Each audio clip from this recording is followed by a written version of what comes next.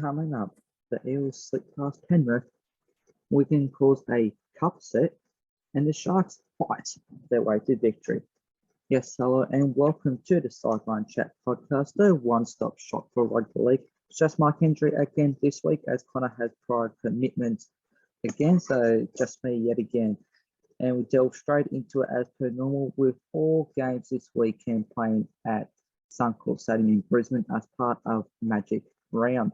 And to start off proceedings on Friday night, we've got the Bulldogs up against Newcastle.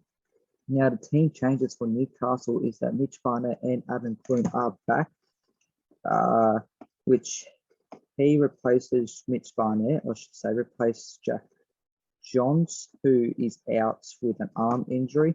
Adam Clune is back, which puts Phoenix Cross onto the bench, who also is included in amongst the reserves after missing last week due to a head knock. Edric Lee, we need to pass concussion protocols this week, and still no signs of Tyson Frizzell or Dane Gagai. As for the home side, only Chris Patulu, who comes on the bench for Ava Cinema of an Eye, who goes to 18th man with Fratella Mariner being included in the reserves. Now, for games played on the weekend, the Bulldogs went down to the Canberra Raiders 14 points to 4. The Raiders just were too strong for them up around the edges, in the middle, and all over the park. Really, the Bulldogs was absolutely nowhere. They were lucky to get that one try in the match. But it's not like the Bulldogs we have seen as of late. They have been having losses, but they have been steadily improving. But in this match, it didn't seem to be where they have been playing as of late. In Canberra, they've been on pretty bad form themselves, and they managed to get away with the victory. 10 points doesn't really show how dominant the Raiders were, though, but they were dominant watching the game live. Connor has said that he's given me. He says, have to feel sorry for Jared Croker. The bloke undergoes extensive surgery to fix his knees up, only to his shoulder first game back. Hope he has a speedy recovery. The Dogs should have won that game. Plain and simple, we did not compete physically with them, coupled with 2 errors in good attacking decisions. Matt Doherty has been linked with either Warrington or Leeds in the Super League. After that embarrassing attempt to tackle Matt Frawley, he thinks they'll both reconsider. Yeah, poor Jared Croker. He comes back. He was playing a magnificent game. He had 2 from 2 penalty dogs and 1 from 1 conversion. But he just had a bad tackle and helped to injure his shoulder. It's not good. And I said it last week, if Jared Croker comes back, it should help Canberra. And it did to an extent until he went off. But the Raiders still played really well without him out in the field. The standout performance that Connor has gave me is Matt Frawley with 1 try, 81 run meters, 2 tackle breaks, and 2 goal line dropouts. With the absence of Jack White, and Matt Frawley did stand up very well and had a magnificent game. Whether or not he plays again this week against the opposition this week, which I believe is, sorry, I'll just get to the match this week. It's on the day 3 of Magic Round against the Sharks. So whether or not he's there this weekend, we'll have to wait and see. As for the Bulldogs, like I said, they were absolutely terrible. So nothing more to really say about that there other than just terrible. Also were terrible, but not quite as terrible as the Bulldogs, was the Newcastle Knights, where they went down to the North Queensland Cowboys 36-16. Now, it didn't look like it was going to be a very bad result there for Newcastle come the halftime break, as they were leading, yes, you heard correctly, leading the Cowboys at halftime 16 points to 12. And that could have been a win brewing for Newcastle right there. But The second half was just absolutely woeful for them. They just let Cowboys score here, there, and everywhere. But signs were improving. At least they got more than 2 points of what they did over the last couple of weeks. So did improve, but mostly all in the first half and not in the second half. Cowboys, they were just way too good. 6 tries, 6 conversions from Valentine, Holmes with 6 conversions, and Ponner with 2 from 3. For the notes that Connor has given me, he goes on to say, where do the Newcastle Knights go? It seems like they can't go one game without screwing it up, i.e. leading at halftime and getting wrecked by Chad Townsend masterclass. The crop of back rows at North Queensland is a terrifying prospect, with Nanai and Lukey proving very athletic in the air. Halves and defence, be aware. Wonder how this plays out with Luciano Lua joining next year. That will be a very interesting headache for Todd Payton there to see who starts and who comes off the bench. If the Knights want to win the game at all, he goes on to say, drop Kalen Ponner and put Jake Clifford in to be the skipper. He needs to step up. He isn't, and sliding down the pecking order of top flight fullbacks. Best fullbacks right now in Connor's mind is Tedesco, Tommy Toporovic, Pappenhausen, Gutherson, and Edwards, which is a very good best fullback list at the moment, and hard to go by there and argue with that there. And the standout for this match was from North Queensland Cowboys of Ruben Potter with 121 metres, 2 tackle breaks and 1 offload. Yeah, when I saw the Knights lead at halftime, I thought, you're kidding me, right? This is not happening. Like, the Cowboys were all over him, and they scored within just 2 minutes of the match from Tommy Dearden, who I thought had a brilliant game as well. But then whatever was done at half time did not work for Newcastle, but it did definitely work for the Cowboys, who just put on 4 unanswered points, which is ridiculous. So that's not a football side that everyone seems to, well, what Newcastle expect, that's not good enough. Simply, you can't say any more about that at all. So heading back into this match of the Bulldogs Newcastle, this could be a win for Newcastle, but it could also be another win for the Dogs. So both will be looking for the 3rd victories of the season, but one will have to come away with a loss, unless we have a draw, which could be likely, but it's hard to tell, and draws are very rare nowadays. Connor has gone with the Bulldogs to win 1-6. I'm going to go with the Bulldogs as well, purely based that they are better than what Newcastle have been, and they have shown signs of improvement over the course of the season. As for Newcastle, they only showed improvement in the first half and not the second. They didn't play the full 80 minutes, as were the Dogs. They would there or thereabouts against Canberra, even though they lost by 10. So I'm going to say the Bulldogs are going to win this one by 10 points, I reckon. It's going to be a good match, close up in the first match of Magic Weekend. Who knows, some magic might be waved in this opening game of the round. Now, the following Friday night clash is the Manly Sea Eagles up against the Brisbane Broncos. Yes, Brisbane Broncos are away at their home stadium, which has happened over the years. So as for the away side, Payne Haas and Kurt Capel are back, so they're massive inclusions there. So that means Pat Carrigan moves to lock with Kobe Hetherington to the bench and TC Rabati back to the extended bench. Ryan James and Jake Turbin are also alongside Rabati in the extended bench, and Branko Lee remains 18th man. As for Manly, Ola Kawatu is back after rejoining last week. Ben Chavojevic and Ethan Bullimore retain their spots in the starting 13, along with Morgan Harper listed amongst the reserves.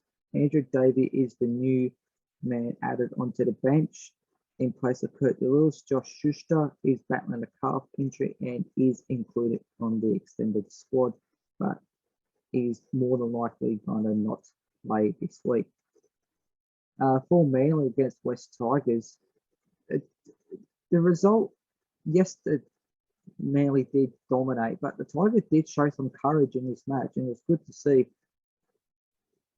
the score being 36-22 in favour of Manly. So it was a high scoring contest, and it was a packed out Four Pines Park, which is second packed out match in the last weekend.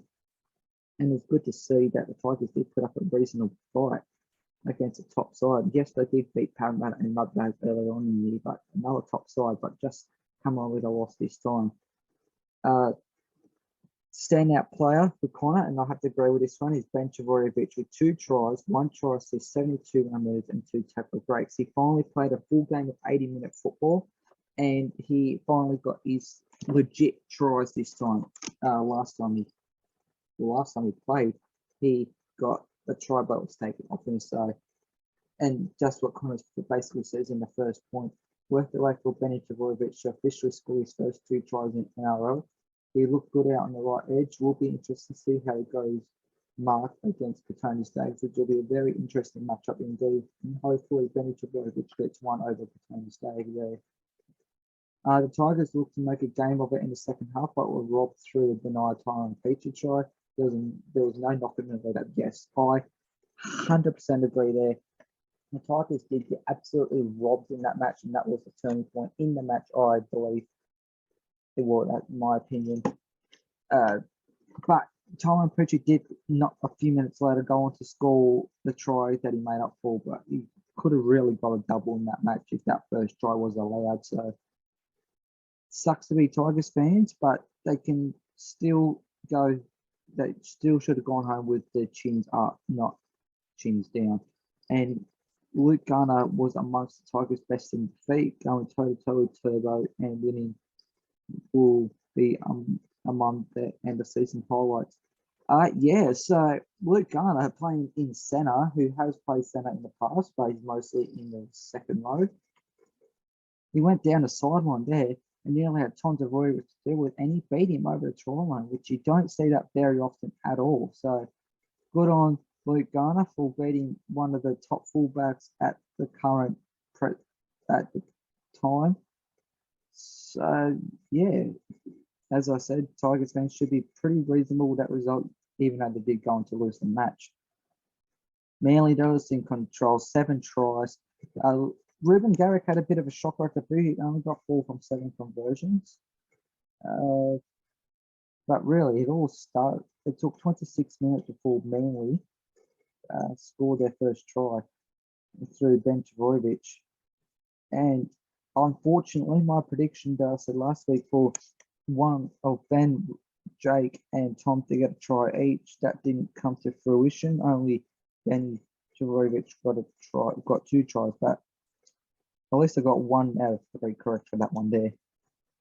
Oliver Gilda also got his first try in NRL after coming from the Wigan Warriors in the Super League at the start of the year. So finally, he's been close a few times, even got dropped earlier in the year.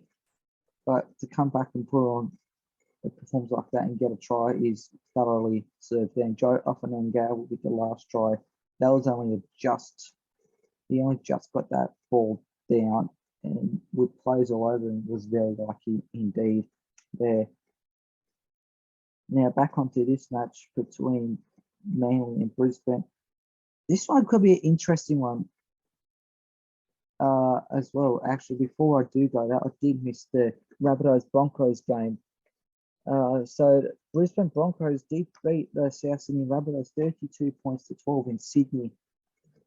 And with Adam Reynolds playing against his former club for the very first time, he was a standout player with 1 try, 2 try assists, 49 run meters, 3 tackle breaks, 6 from 6 goals converted. He had a brilliant game, and obviously playing against his old club, he would have known what Souths do inside out, and been there for such a long time too, which also helps there. Connor has said, what the hell is Cody Walker doing? Rather than trying to bash anyone, he thinks he's winding him up. How about actually leaving as a half rather than the boy? Yeah, so Cody Walker did he wasn't leading like he's a senior player in that squad and should be leading by example with all these young kids coming through. And leaving all the work up to Lachlan Ilias doesn't really show example of leadership there. So he needs to improve on that over the next few weeks. Alternatively, Adam Reynolds is quickly earning his point for the Broncos from aerial assaults and Frawley Oaks to supporting the play back through the middle. He did it. Bunnies fans look away now. Renault got one over you.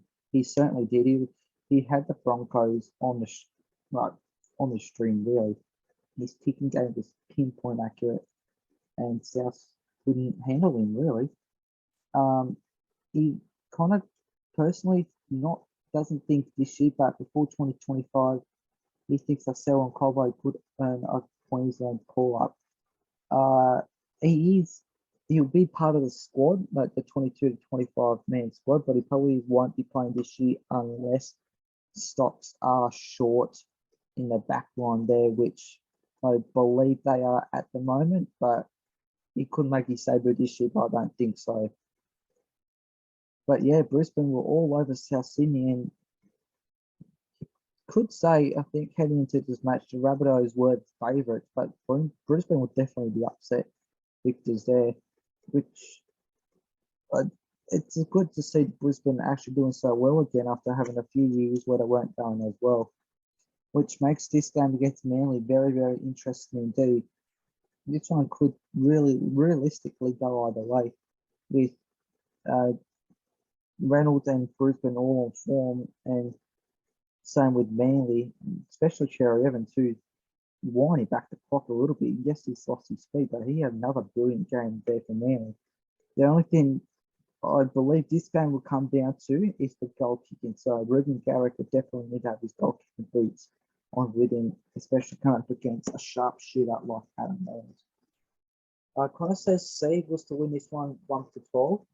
I'm actually going to say the away from home team using the Brisbane Broncos. And this one, I'm going to say Brisbane win by 6 points. It's the best of the blockbuster matches out of the first two games, which the other one being Dogs Newcastle. So Brisbane by 6 points in this matchup. Now for day 2 on Saturday, we have got the Warriors up against South Sydney Rabbitohs. So with South Sydney, Cody Walker will be the captain, as announced by Jason Demetrio, in place of Cameron, who has been sent for scans on shoulder and neck injuries, which is very unfortunate. And it sounds like it could be at 4 to 6 weeks, so not looking good for Origin 1.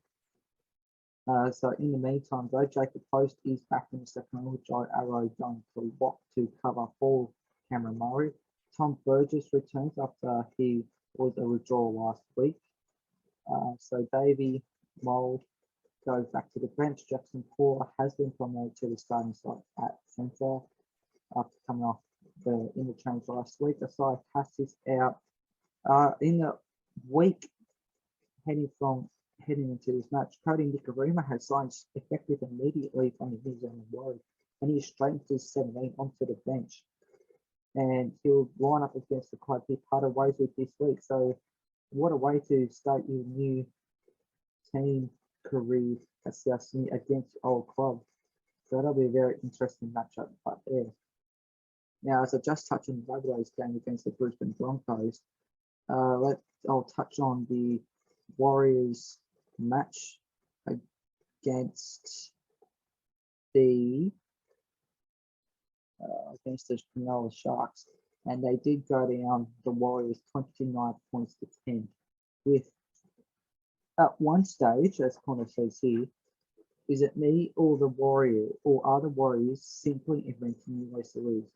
I mean, seriously, the Sharks are down to 11 men at one stage and still couldn't beat one down.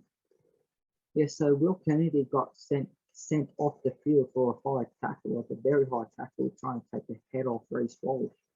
So that put him out for, I think, 60, nearly 70 minutes worth of the game. And then later on, they had a sin-bin play as well. So, and the Warriors still couldn't manage to score, and the Sharks still somehow managed to get together and rally behind and still win that match, which is unbelievable. Very well done there by the Sharks, and it shows what form they're in compared to the Warriors are. He goes on to say the edge defense rushed too far trying to jam, which gave Hines all the breathing room there to take charge. I definitely think this Sharks game will go down as one of their more memorable moments for sure. Yeah, so the Warriors are also going to try and shut down Nico Hines and their Sharks attack to try and at least stay with him. But in doing that, they just, like they gave Hines all the room, and he just took it all on board and controlled the match for Cronulla. And he even did that field goal to seal the victory even more. So, as well as scoring a try, and that is kind of standout play, I believe. Nico Hines, 1 try, 2 try assists, 164 run meters, 5 tackle breaks, 4 goal line dropouts, and 5 from 6 goals converted. So a very good night there by Nico Hines there. Connor Tracy coming back also, he got 2 tries. Jesse Ramian also got 1 try after being in the sin bin on the 53rd minute. So and yet another high shot that maybe could have been a send off as well. So, but ultimately the referee thought that was only worthy of a sin bin. And the Warriors, I don't know what to go with them. They did come off that victory the week prior to this game. But yeah, I just don't know what's going to happen there. For a Warriors team news, I'll get back into this match. Speaking of the Warriors, Tohu Harris is set to make his return from his ACL injury suffered last year. Marcelo Montoya also returns from suspension on which pushes Adam Pompey to the centres and Rocco Berry to reserves. Also in this week, Ronald Volkman and Freddie Lussick have signed on as well, and they're also included for the reserves, and they will effective immediate moves, both from the Sydney Roosters. So a few changes from the Warriors, 1 player out, 2 players in, heading into this match. So I don't know if that's going to distract them or not. Look, I believe in this match, the Rabbitohs will be too good. Connor has said Rabbitohs 1-6. If the Warriors can't score with the opposition being down to 11 men at one stage and down to 12 for the majority of the match, something's not right there, and they needed to. That was a perfect opportunity to get another win, but the Sharks just outclassed them perfectly there. I'm going to say the Rabbitohs to win this one by 16 points, and Connor says the Rabbitohs to win by 1-6 there. So he reckons a lot closer match, which I don't believe will be the case. I think the Rabbitohs will put the foot down, even without Cameron Murray. They'll still be able to do this one win this game pretty well. Now for the second Saturday game, we have the Gold Coast Titans up against St. George Illawarra Dragons. For the Dragons, Anthony Griffin has got the exact same 17 that really put up a good fight against Melbourne, which I'll touch on more of that in a minute. George Burgess, the 18th man, while Cody Ramsey and Tyler Sloan are still amongst the reserves. As for the home side, there has also been some changes there, with Jaden Campbell named up fullback for the first time since round number 3. With AJ Brimson shifting to 5'8", Will Smith is out altogether. Philip Sami returns from a knee injury on the win, and Osako is the other winner, with Corey Thompson and Greg Marzu dropping out. SM Masters is back in the centre with Patrick Herbert dropping out, so a few changes in the back five there for Justin Holbrook. Kevin Proctor also has dropped to the reserves list, so Isaac Lea goes from prop to second row, while Joe Wallace is on the bench in the front row, with Jermaine Jolliffe in amongst the reserves as he is coming back from a calf injury. So Gold Coast went down to the Sydney Roosters under Mackay, 44 points to 16. Yeah, not a good night for Gold Coast at all. They were just outclassed everywhere you looked. against the Roosters. The Roosters are back to what we know them as. They had a few off weeks and they're back to ultimately where they should be, which is winning and winning comfortably there. Although Gold Coast did have a 24-10 down at half time, with only home and SCSA scoring the only try for them in the second half, with both Frawley scoring in the second minute of the match, show another Queensland side scoring within the opening 3 minutes or 2 minutes. Just make it sound a bit better. The standout for the Roosters by Connor was James Tedesco with 3 tries, 226 run meters, 10 tackle breaks, and 2 line breaks. He had a cracker of a game. He scored the first 2 tries. He could have got a third one in the first half, and that but he ended up, I think, offloading to Joseph Sawali, I believe was Sawali, or Takihaho, one of the two there. But he ended up scoring his third in the about midway in the second half. So James Tedesco back to his barnstorming best, and no wonder Freddie Fittler has definitely locked him in at fullback there for New South Wales in Origin.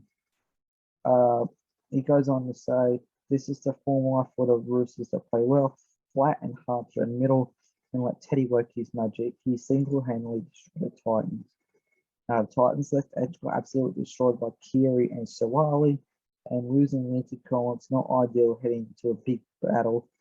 Day 3 of Magic against the Parramatta Prime Forwards. And as for the goal, the opponents, which, as I said, the Dragons, they went down heavily, 42 points to 6 to the Melbourne Storm, which was expected as kind of pretty much the solid result coming from my way. But surprised to find the Dragons in a chance at the break. Yeah, I was very surprised by that as well, to be quite honest with you. I thought Melbourne did end up destroying the Dragons. But it was more in the second half than the first. Like I said, it was quite surprising, considering how well Melbourne have been playing all season long. Like, it was only 12-0 at the break, and could have easily been at least 20 at the break. But I think Melbourne were just toying with the Dragons a little bit, just making them think they were a chance before putting the foot down in the second half. Melbourne's resilience, kind of goes on to say, was tested when brought down to 15 through injury, but you couldn't really tell the difference between the standard and struggling. And the standout player was Nelson Sofa-Solomona, 1 try, 155 run meters, 8 tackle breaks, and 1 offload there. Yeah, so a bit of a downside there with Melbourne too. Ryan Pappenhausen going on the field with calf and hamstring injuries, so it's going to be hard to overcome both of them. And I believe that effectively rules him out for Origin 1, which in my view, he would have had the edge over Nico Hines, but only just for that number 14 spot. So it's pretty much Nico Hines' spot to lose now. But depending on how quick Pappenhausen recovers, I was disappointed to see Pappenhausen go down though, but he still managed to get 2 tries before he got off the field, and he also managed to get 2 from 2 conversions before going off before, and also Nick Meady taking over there. So Melbourne too good for the Dragons. Dragons absolutely nowhere. They've got a consolation try from Jack de Belin with 9 minutes to go, with Lomax getting that conversion. A very, very sorry night and sight for the Dragons there. Melbourne fans are yet again happy and go top of the ladder. For the first time, we're actually going to see Penrith on top of the ladder for once. And I'll touch on that shortly. But yeah, Dragons winning streak comes to an end, but it was expected. Quite honestly there. And Gold Coast will also get 16 points against Roosters. Better than nothing, but again, we kind of saw this one coming as well. So heading into this match on day number 2, game number 2, kind of says Dragons 7-12. Dragons should win this match. keyword there, should. Depending on how well they play and back up from the heavy defeat in Melbourne. It's always hard to come off heavy defeats. But I'm going to say the Dragons win this one by 8 points. Gold Coast will have another chance of winning another match again, which is up against the Dragons. So depending on what Dragons side we get and depending on what Gold Coast side we get as well, will determine the seed there is up there. So both Connor and I say 7-12, but as Brendan I say precisely 8 points. Now, this is the game of the round, and to top of a Super Saturday at Magic Ground, it's the Melbourne Storm up against Penrith Panthers. Yes, the preliminary final rematch, I could say. I'm going to say. As for the away side, Scott Sorensen returns after missing last week, and that means Matt Eisenhuth goes to the reserves. Other than that, unchanged. As for Melbourne, Craig Bellamy shifts Nick Meaney for the rookie fullback with Pappenhausen out with a hamstring knee injury. So Dean Aramea comes onto the wing to fill in Nick Meaney's vacant spot. Reina Smith is also out with a pec injury, but the NRL has granted approval for development player Marion Seve to be selected. Kenny Bromwich being named after suffering a head knock last week. So I've just mentioned the Melbourne Dragons game. Melbourne is honestly too good, but this is the upset of this season, or one of the upsets of the three, I believe, so far this season. Penrith going down to the Parramatta Eels, 20 points to 22 in what was a brilliant battle of the West. It was one of the best battles of the West I can remember in a long, long time. That's what Connor goes on to say. How in the hell Parramatta pulled this one off? Seriously, this is simply the best in the Battle of the West clashes. Once again, the lessons of their prior semi-final clash were not addressed. Dylan Brown must be feeling sort of the running at Toto. It'll be interesting to see how the Panthers respond after the first loss of the year, but backing up against Melbourne won't be easy. With the standout player, Dylan Brown was 1 try, 121 meters, 5 tackle breaks, and 1 goal line dropout there. So the Carriers were stunned in really the match of the week last week. No one saw that one coming at all. And it had everything in that match. It was very physical, it was very fast, there was push and shove. But you don't hear this happen very often. You heard Parramatta chants over the Penrith chants that out at Penrith, which you do not hear very often. It felt weird here in Parramatta. It felt like Parramatta at home with their home crowd, well, their away supporters are going.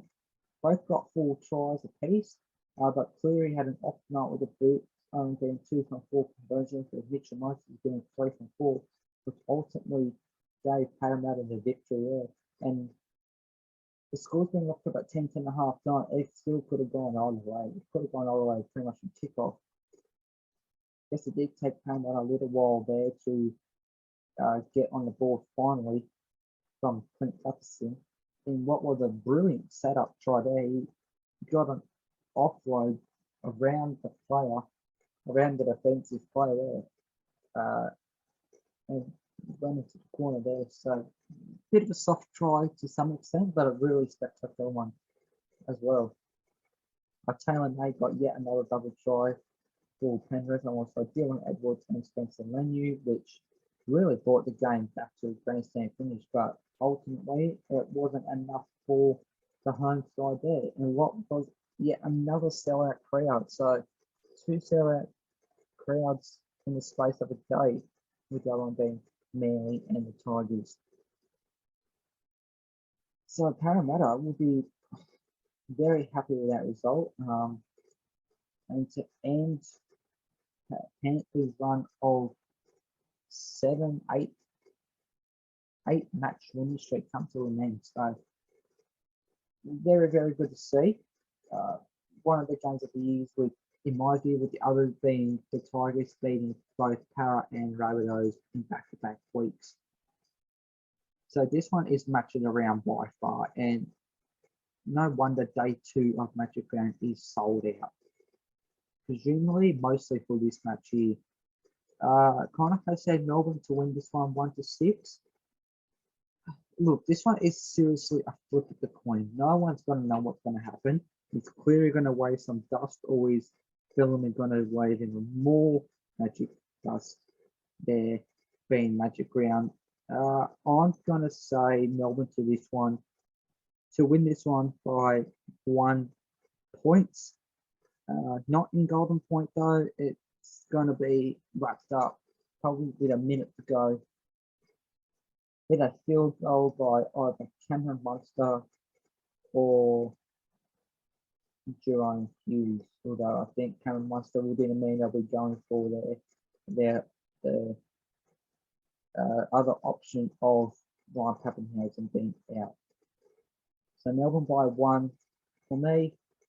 Melbourne 1-6 for Connor. Now for the first of a Sunday triple header, so there's no Thursday night games this week. So the first Sunday game is the Cronulla Sharks up against the Green Machine Canberra Raiders. Canberra team news said Chris is back onto the moved from the bench to the starting side to replace Jared Croker, who's out, as I mentioned earlier, with a shoulder injury, and Xavier Savage is joining the bench. As for the Sharkies, Nico Hines has been named at fullback with Will Kennedy suspended after getting sent off against the Warriors.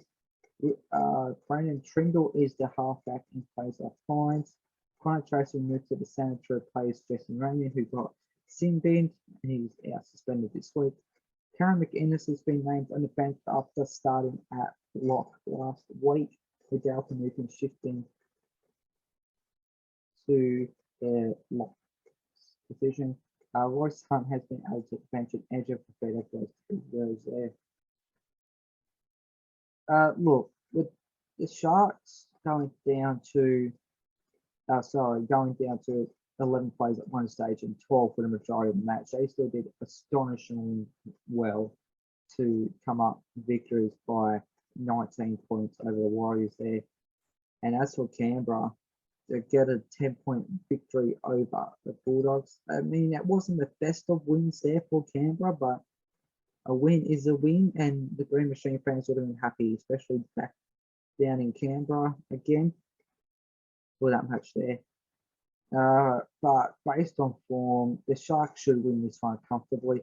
Connor says 13 plus for the Sharkies. I have to agree there. I reckon the Sharks are going to win by 22 points in this match. If somehow the Raiders cause an upset, well, I'll be astonished. But Sharks win by 22 points for me. So it's really going to be one-way traffic. There's not much to say about this match at all. Now for the second of the Sunday triple header, we have got the Roosters up against the Eels, with the team news being exactly the same from Brad Arthur for his side, with Sean Russell joining the reserves alongside his son Jacob Arthur, and Mick Train made a successful turn via the NSW Cup side last week. As for the Roosters, Sam Fells is out with a collarbone injury. Connor Watson returning from a throat injury, so Connor Watson finds next his warm way to return there, and good timing too. Takiaho is been promoted to start for Vince Collins, who got sin binned and is suspended, with Daniel Solica Fafita coming onto the bench, and Adam Kieran in amongst the reserves there.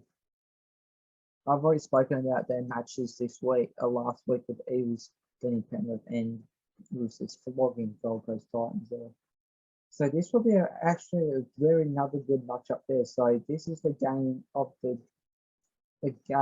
day for Sunday, with an Eels side that come off a very narrow and unexpected victory from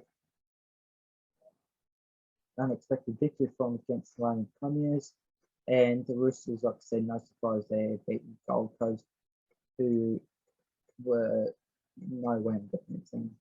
And if Teddy can perform as well again in this match, will be hard to beat them, as well as if Kira and Sawali link up yet again, that will be hard to stop as well. But with Dylan Brown in the halves, again, he played exceptionally well against Panthers as well as a lot of other ones. But it's really a battle of the four pack. This is what I'm going to say. It's going to come down to four packs and who's got the better one. With Connor Watson returning, he'll add that extra attack spark, which Sam Verrills does as well, but not as much as Connor Watson. Connor Watson is very experienced, but we also got Greg Martin, who does a lot of kicking and coming half, so that could throw the Roosters off guard there. Connor says the Eels to win 1-6. I'm going to say the Eels to win this one by probably in the same margin range of 2. It's going to be, like I said, game of the day for Sunday of Magic Round. And finally, we have got the West Strikers taking on North Queensland Cowboys. And for the Cowboys side, there has been an unchanged lineup with Tom Gilbert free to play after escaping suspension and only getting an $1,800 fine for a high tackle last week on Matt Croker from Newcastle. Hamso Tibuafora will come off the bench yet again, with the back line going very, very well. For the Tigers, only one change with Luciano Lua coming back, coming back in, and he's playing against his future side. So the Todd Payton will be definitely watching not only his side but how Luciano Lua will go this week. With Alex Seyfarth switching back to the bench, Tom McKaylee is into reserve, Cameron Marlowe being named side, not passing his HIA, but with a long turnaround from the Saturday to the Sunday, he should be able to. He might be able to play again. Just have to wait and see there. So Tigers, as I said, put up a really good fight against Sea Gazette despite losing. But they did show signs that they have been improving, like they have shown in their back-to-back victories and came so close before. And Cowboys just destroyed Newcastle, which it was Newcastle, and they faded out big time in the second half, like what the Raiders generally do. Connor says this one for the Cowboys to win 13+. I'm going to say the Cowboys victory as well, but not quite that much. If Tigers play how they did against Manly, they could be in the sniff, but with Cowboys being a surprise packet this season, I'm going to say the Cowboys will win this from by 6 points. It's going to be a very close game. Then Magic Round throws up anything. It's like when derbies are played, like North Queensland versus Brisbane, or Tigers versus Para, or someone like that. So that pretty much wraps up all the NRL stuff there. If you like what you hear, subscribe, ring the bell for notifications, and so you don't miss a thing. Also, our socials are Twitter, Instagram, and Facebook, all at Sideline Chat, with Twitter at Sideline Chat RL. Enjoy the NRL coverage, and I'll be back tomorrow with your Super League coverage. Enjoy the NRL Magic Round.